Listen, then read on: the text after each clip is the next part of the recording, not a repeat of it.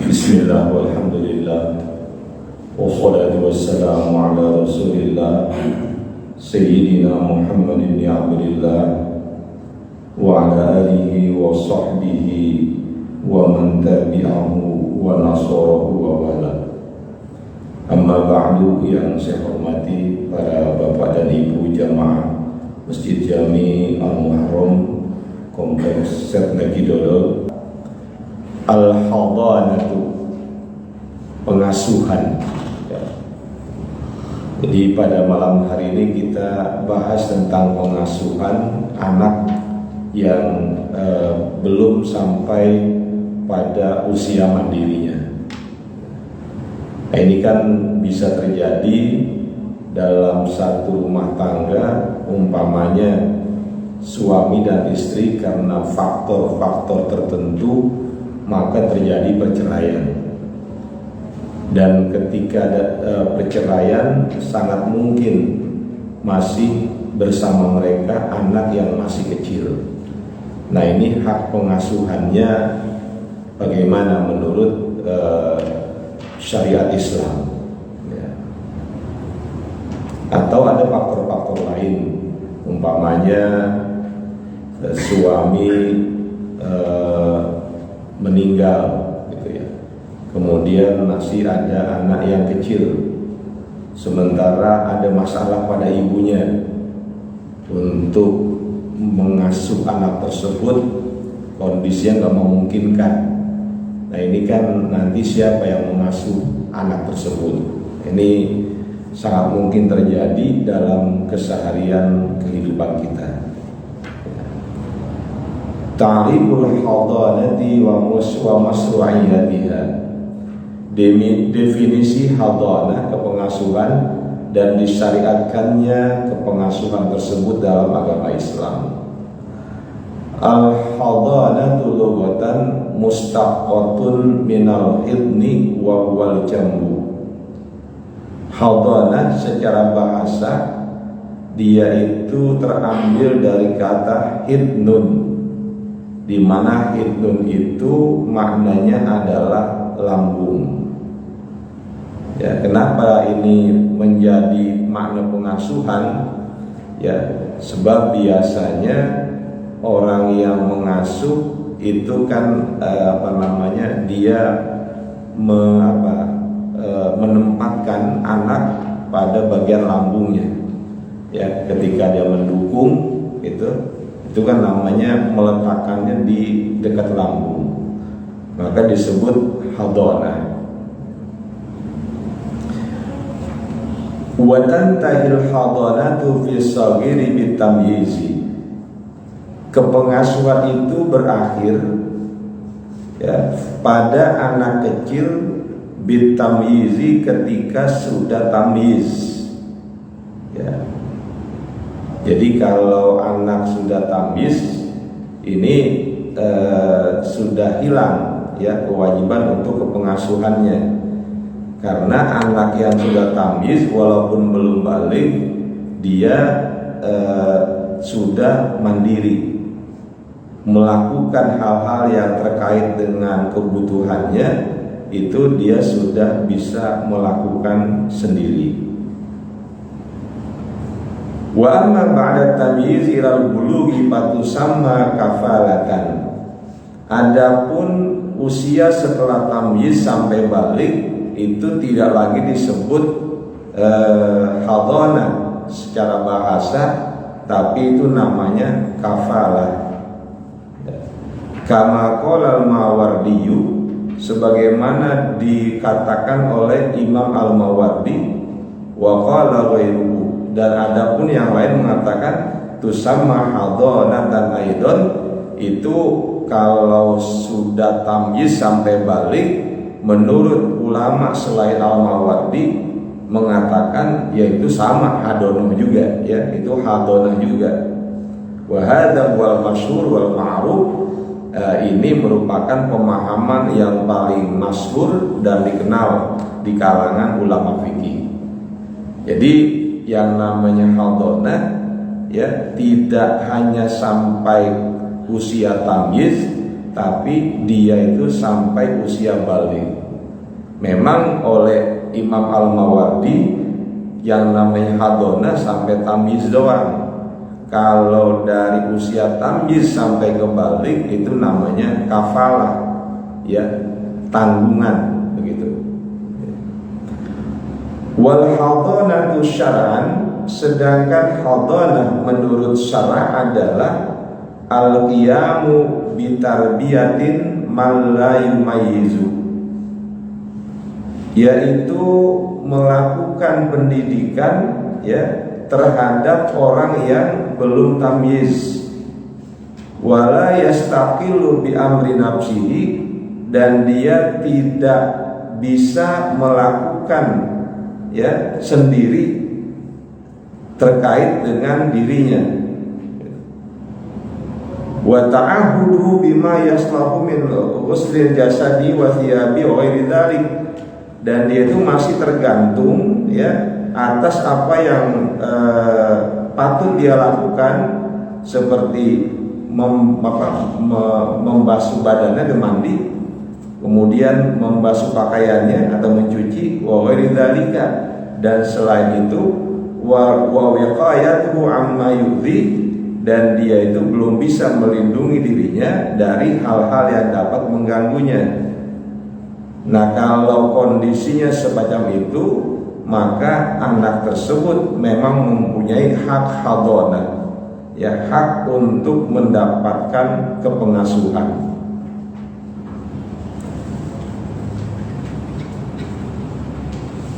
Nah, ini terkait dengan hadonah ini dikatakan apa? Annaha bil inasi aliyaku, ya, pengasuhan itu lebih pantas dilakukan oleh perempuan, ya.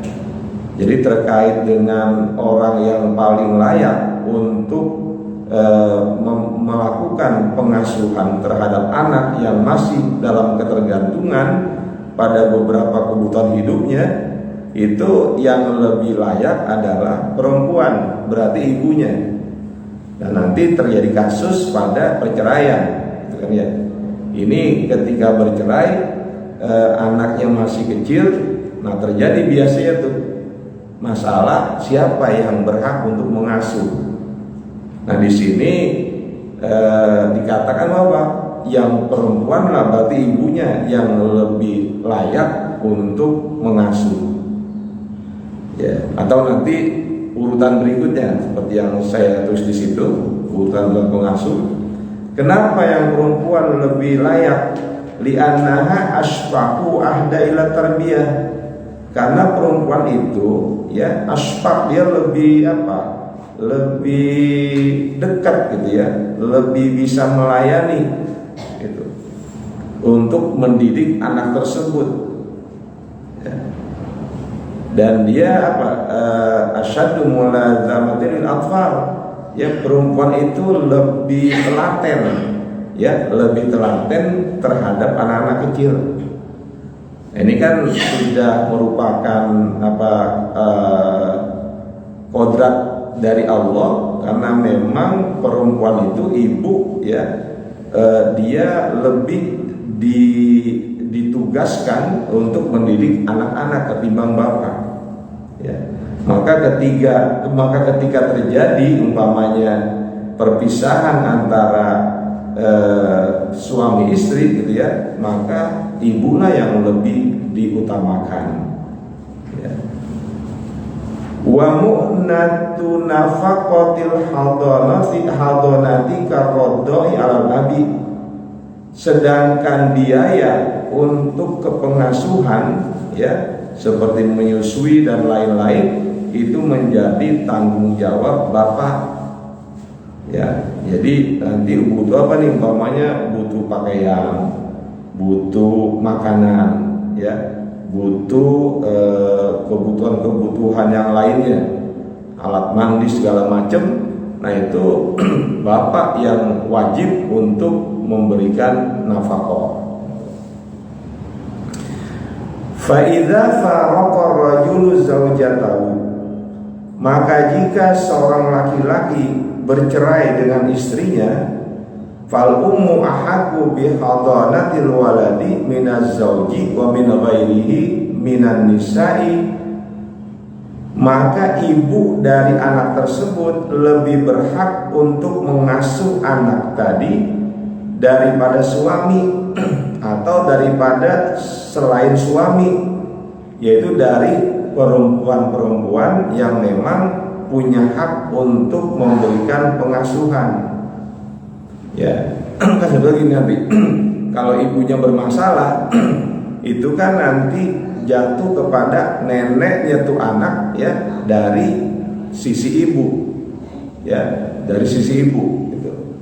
Nah, tapi kalau ibunya masih memungkinkan, ya, untuk merawat, mengasuh anaknya, maka ibunya itulah yang paling berhak. Ya, ila sab'i sinina, sampai anak tersebut berusia 7 tahun. Ya. Tsumma yukhayyaru baina abawaihi. Kemudian ketika anak yang diasuh tadi oleh ibunya sudah mencapai usia 7 tahun, maka anak diberi pilihan di antara bapak dan ibunya. Ya. Itu fa'ayyuhuma ikhtara, yang mana yang anak itu pilih, sulima ilaihi, diserahkan pada itu anak. Jadi kalau sampai 7 tahun sudah diasuh oleh ibunya, ya, kemudian anak diberi pilihan mau ikut ibu atau mau ikut bapak. Nah, itu sepenuhnya diserahkan kepada anak tersebut. Wa dalilu ala ahqiyatil ummi bil hadanati wa masru'iyatil hadanati haditsu Abdullah bin Amr bin As. Ya. Dalil yang menyatakan bahwa ibu itu lebih berhak dalam pengasuhan anaknya, dan dalil disyariatkannya pengasuhan al-hadanah adalah hadis dari riwayat Abdullah bin Amr bin As, ya, di mana Abdullah bin Amr bin As mengatakan annam ro'atan qalat, ada seorang perempuan yang mengatakan, ya Rasulullah, inna bani hadza kana batni lahu wi'ahan, sesungguhnya anakku ini, ya, dia dulu itu terlindung di perutku ketika hamil, maksudnya, gitu. Nah, kemudian apa? Wasaqilahu siqa'an, dan dia juga menyusu, ya, kepadaku. Jadi diungkapkan tuh ketika mungkin terjadi perselisihan siapa yang akan merawat anaknya ini, gitu ya. Nah, dia beralasan itu bahwa kata ibunya, ini kan saya yang mengandungnya selama 9 bulan lebih, dia ada di perutku, gitu kan. Kemudian dia itu minum dari air susuku, ya. Wa za'ama abu annahu yanza'uhu minni,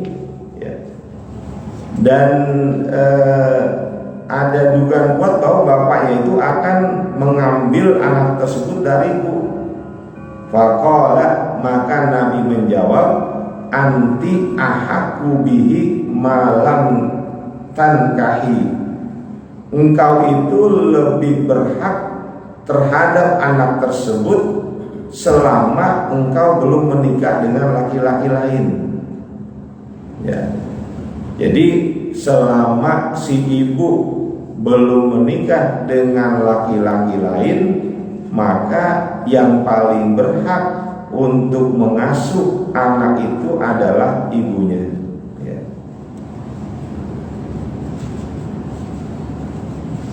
Jadi karena ibu itu punya sifat yang lebih dekat kepada anaknya, karena selama 9 bulan menyatu dalam tubuhnya, lalu dalam masa 2 tahun masih menyatu karena susuannya, maka inilah yang menyebabkan ya ibu itu lebih berhak untuk mengasuh anaknya.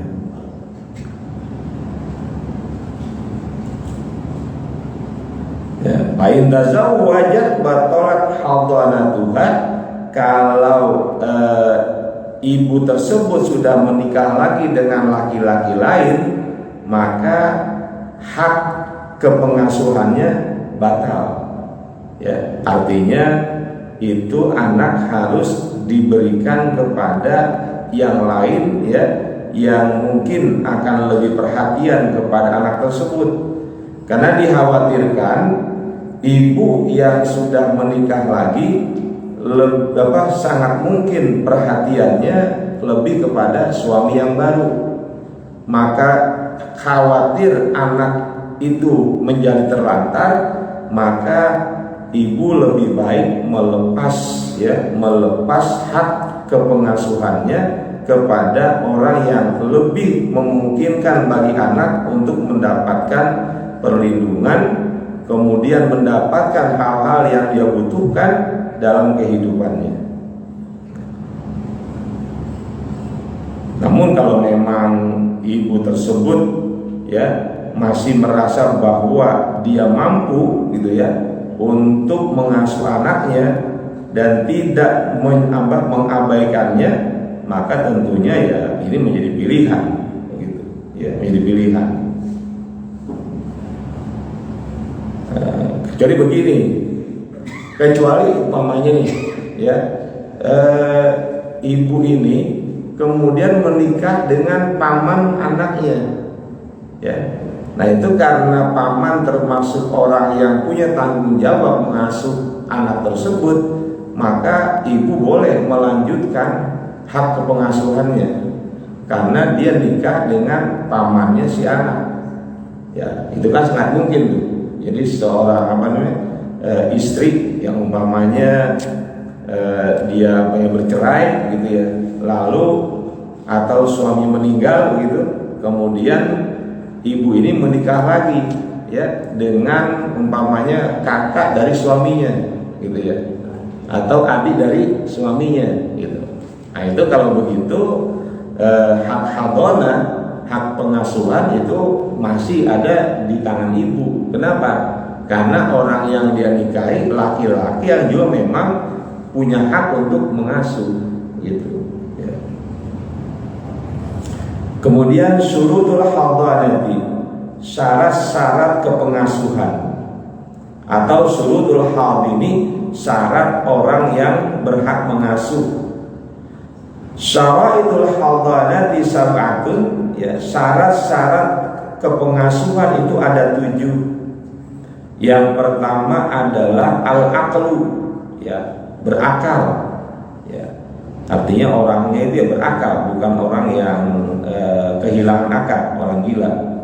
Wal hurriyatu, merdeka, ya, berarti bukan budak. Kemudian wadinu, dia beragama. Wal iffatu, orang yang dapat memelihara diri. Wal amanatu, orang yang punya sifat amanah. Wal khulu min zaujin, ya, orang yang belum menikah dengan laki-laki lain. Wal iqamatu, dan orang yang mampu. Fa in ikhtalla syartun saqatatil hadanatu, maka jika tidak terpenuhi satu syarat saja, maka hak kepengasuhan itu menjadi gugur. Dengan demikian konsekuensinya adalah fala hadanata li majnunatin, maka tidak ada hak kepengasuhan bagi bagi ibu yang gila, ya.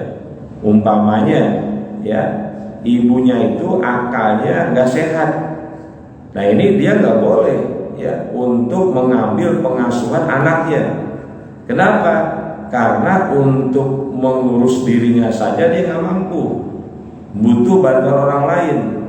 Bagaimana mungkin dia bisa menanggung ya mengatasi kebutuhan anaknya yang masih kecil. Nah kalau sudah begitu, maka nanti bisa jadi itu jatuh ke yang berikutnya dalam urutan yang saya buat tadi itu. Ya, jadi jatuh kepada nenek anak tersebut dari sisi ibu. Ya. Wala hawdanata li ghairi muslimatin ala muslimin, dan tidak ada pengasuhan, hak kepengasuhan ya untuk orang yang non muslimah, ya, mengasuh orang atau anak yang muslim. Jadi umpamanya kepengasuhan anak diberikan kepada perempuan yang non muslimah, ya, sedangkan anaknya itu statusnya sebagai muslim.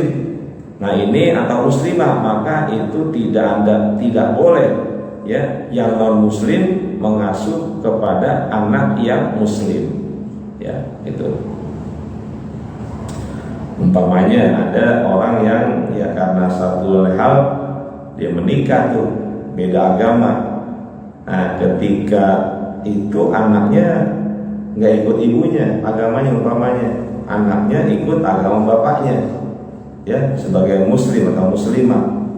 Nah umpamanya bapaknya meninggal gitu ya, maka hak kepengasuhan tidak jatuh kepada ibunya, ya, walaupun tadi yang mengatakan ibu lebih berhak, tapi karena ibunya itu bukan muslim, maka ibu tersebut tidak berhak untuk mengasuh anaknya.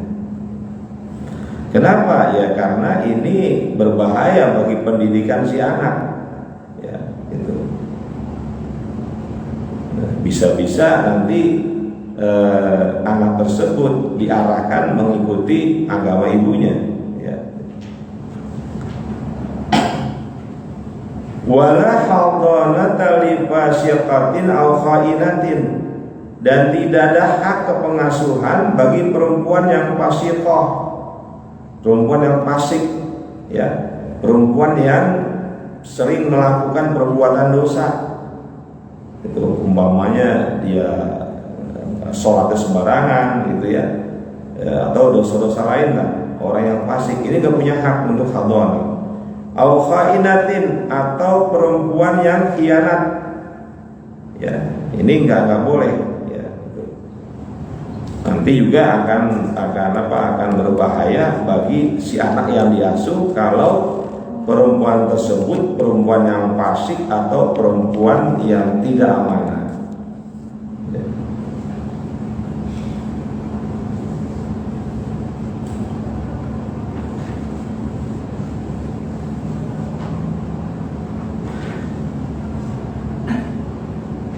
Para bapak dan ibu yang saya hormati, kemudian kalangan ulama mazhab Syafi'iyah, mereka itu menambahkan syarat yang lain, ya, selain syarat yang disebutkan tadi yang 7, ya. Di antaranya di sana perintah alla yakuna fil hadini maradun daimun. Jadi pengasuh itu ya tidak mempunyai penyakit yang berbahaya, ya, penyakit yang bisa menular kepada si anak. Nah ini kalau dia punya penyakit yang berbahaya, ya, maka dia tidak berhak untuk mengasuh anak tersebut, ya. Bisa jadi umpamanya ibunya itu punya penyakit, ya, yang bila menularkan ke anaknya bisa membahayakan si anak, maka walaupun dia ibunya, ya, dia itu tidak berhak untuk pengasuhan atas anaknya. Kemudian yang berikutnya, ibu itu juga nggak ada cacat matanya, ya. Jadi matanya nggak buta. Kalau pengasuhnya itu matanya buta, maka dia tidak berhak untuk mengasuh anak. Kemudian yang ayakuna rasyidan, ya, bahwa yang mengasuh itu orangnya rasyid, ya. Nanti bisa jadi ibu, bisa jadi bapak, ya. Tadi bukan hanya ibu tapi bapak, bapaknya nanti bisa punya hak asuh, ya. Ayakuna rasyidan, Jadi pengasuh itu orang yang memang pandai, ya. Maka orang yang idiot, ya, itu tidak punya hak untuk mengasuh karena dia pun dalam ketergantungan. Kemudian juga pengasuh itu tidak boleh orang yang lupa, lalai, sering melalaikan, ya, itu pun tidak ada hak baginya. Dan yang berikutnya adalah pengasuh tersebut harus orang yang dewasa, ya, tidak boleh anak-anak, ya, diserahkan untuk mengasuh anak yang masih dalam kebutuhan untuk kepenuhan hidupnya.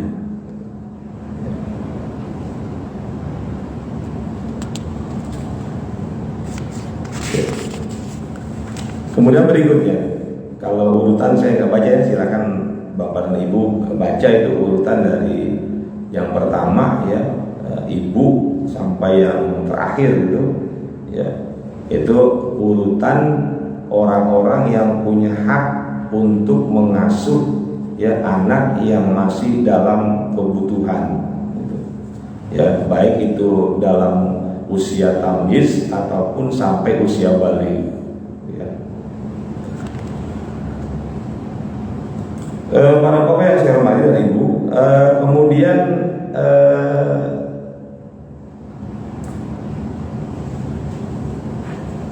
idza balagha as-saghiru haddan yumayyizu bihi, apabila anak yang masih kecil sudah sampai batas usia tamyiz, khuyyira baina abawaihi, maka anak itu diberikan pilihan di antara kedua orang tuanya. Fa in ikhtara ahaduhuma sulima ilaihi, maka jika dia memilih salah satu dari kedua orang tuanya, sulima ilaihi, itu diserahkan kepadanya, ya. Lakin in ikhtara ibnu ummahu, tapi kalau si anak memilih ibunya, karena inda abihi bin nahari, ya, liyu'allimahu wa yu'addibahu, maka kewajiban bagi si bapak, ya, yaitu mendidik dan mengajarkan anak itu di siang hari. Jadi kalau anak memang milih ibunya yang mengasuhnya, maka bapak itu punya kewajiban untuk mengajarkan, mendidik, ya, anaknya pada saat siang hari. Fa in ada waqtarul akhara dufi'a ilaihi, kalau di pertengahan pengasuhan ternyata anak memilih yang lain, bapaknya, dufi'a ilaihi, maka diserahkan kepadanya, ya. Fa'in ada waktar awala muhida ilahi, kalau kemudian nanti anak berailai ke ibunya, jadi kebaikan lagi, ya, ini begitu seterusnya, ya. Jadi terserah anak, ya.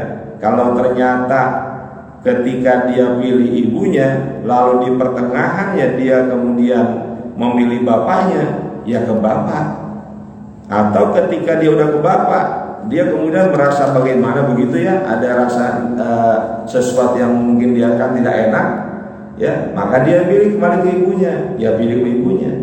Pokoknya untuk itu diserahkan kepada anak sepenuhnya.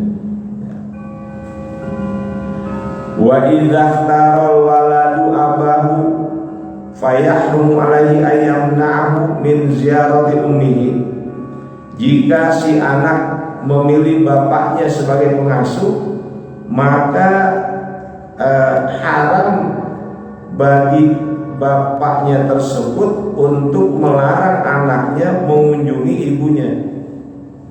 Jadi kalau umpamanya anak itu memilih bapak sebagai pengasuhnya, nah itu bapaknya nggak boleh, ya, nggak boleh melarang anak itu mengunjungi ibunya, ya. Wa in zaratul ummu, ya, dan jika ibunya mengunjungi anak tersebut juga nggak boleh dilarang. Lam yamna'ha minadukhuli, jika si ibu ingin mengunjungi anaknya, maka sang bapak tidak boleh mencegah, melarang ibu masuk ke rumahnya. Jadi walaupun mereka udah berpisah gitu kan ya, sebetulnya kan nggak boleh dalam satu rumah gitu ya. Artinya kan bisa nanti terjadi sesuatu yang kurang bagus gitu. Namun kalau memang anak memilih bapaknya, maka ketika ibunya berkunjung, maka bapak tadi ya, mantan suami itu nggak boleh melarang ibu untuk masuk ke rumahnya ya, karena kepengen ketemu anaknya. Wa idza taratil unta al aba, dan jika anak yang perempuan memilih bapak sebagai pengasuhnya, falahu manuha min ziyarati ummiha, maka si bapak ya berhak untuk melarang anak perempuannya itu mengunjungi ibunya ya, karena faktor keamanan gitu ya. Wal ummu tazuruha ya, dan ibu boleh mengunjungi anaknya yang perempuan tadi.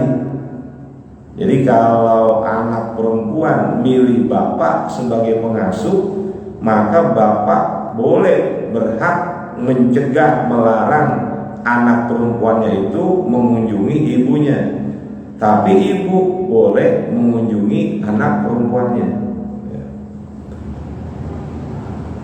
Wa idza taratil umma, apabila anak perempuan itu memilih ibunya sebagai pengasuhnya, karena indah lailan wa naharon wal abu yazuruha, maka ibu tersebut ya, atau maka anak tersebut harus ada bersama ibunya sepanjang siang dan malam. Wal abu yazuruha, dan bapak atau mantan suami boleh mengunjungi ya anak itu.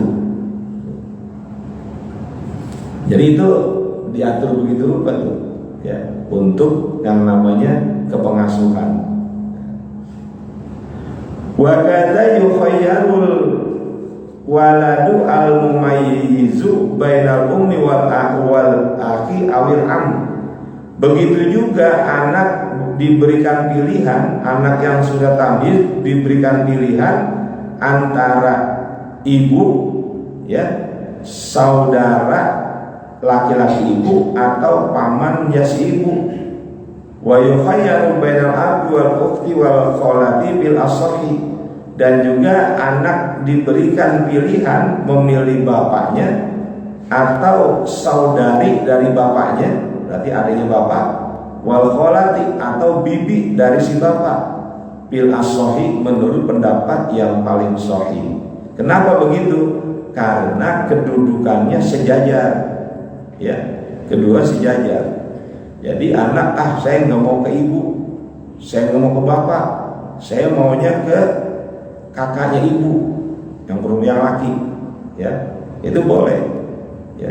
Atau saya mau milih pamannya ya, saya milih paman aja, paman dari ibunya gitu ya, itu boleh anak ngambil begitu ya. Kan ada tuh di satu tradisi daerah tertentu yang dekat sama paman kan ya, jadi hubungan dekatnya sama paman gitu kan, ada tuh yang saya tahu orang-orang dari Sumatera Barat biasanya sangat dekat ke paman gitu ya, sehingga bang boleh kalau anak yang laki-laki ya tidak mau ikut ibunya, dia lebih memilih kepada paman ya dari sisi ibu, ya silakan aja, itu pilihan dia.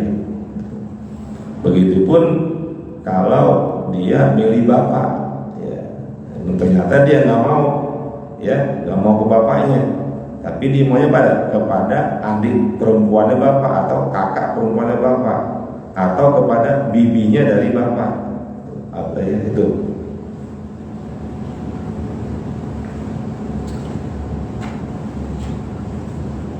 Nah, bagaimana kalau masing-masing ingin menjadi pengasuh dalam kedudukan sejajar? Maka harus diundi ya, harus diundi itu. Nah, Jadi siapa yang paling berhak untuk mengasuh? Ya. Atau anak nggak mau milih, yang mana nggak mau pilih, maka itu mesti diberikan pilihan sebagai dengan undian. Ya, itu seperti itu.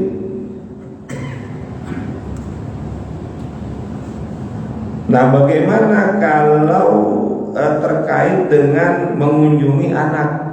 Ya, orang udah bercerai, gitu. Anak ada di salah satu dari dua itu. Nah, kalau terkait dengan kunjungan itu secara adat ya adalah sekali atau 2 kali dalam seminggu. Jadi nggak tiap hari. Jadi dikunjungi apa? Itu marrotan fi kulli yaumaini faktara. Itu hanya 1 kali dalam 2 hari. Jadi mengunjungi anak ya yang dalam pengasuhan bukan dia gitu ya, maka disira marrotan fi kulli yaumaini faktara. 1 kali dalam setiap 2 hari ya, gitu. La fi kulli yaumin, enggak setiap hari. Boleh sekali dalam 3 hari, boleh sekali dalam 4 hari ya. Nah itu tapi enggak harus tiap hari. Nah, jika yang diasuh itu baik laki atau anak perempuan dalam kondisi sakit, fal ummu aula bitamridihima, maka ibu yang lebih berhak untuk mengobatinya. Ya, jadi ketika anak yang diasuh umpamanya oleh bapak ternyata anak itu jatuh sakit, maka ibu yang lebih utama untuk mengobatinya, merawatnya. Ya, kenapa? Ibu itu cenderung lebih sabar daripada bapak, lebih lebih telaten ya dalam mengobati anak yang sakit. Fa in radiyal abu ziyaratal ummi fi baitihi fadzaka zahirun. Maka jika bapak anak yang diasuh ya, maka bapak dari anak yang mengasuh gitu ya. Bapak yang mengasuh anaknya itu dia ridho dengan kunjungan ibu dari anak di rumahnya, fadzaka zahirun, yaitu sesuatu yang seharusnya begitu. Ya. Yang bagus aja. Wa illa tapi baitiha ya. Dan jika tidak maka itu di rumah ya di rumah ibu tadi. Jadi terkait dengan anak yang sakit ini tetap yang lebih bagus dirawat di rumah ibunya.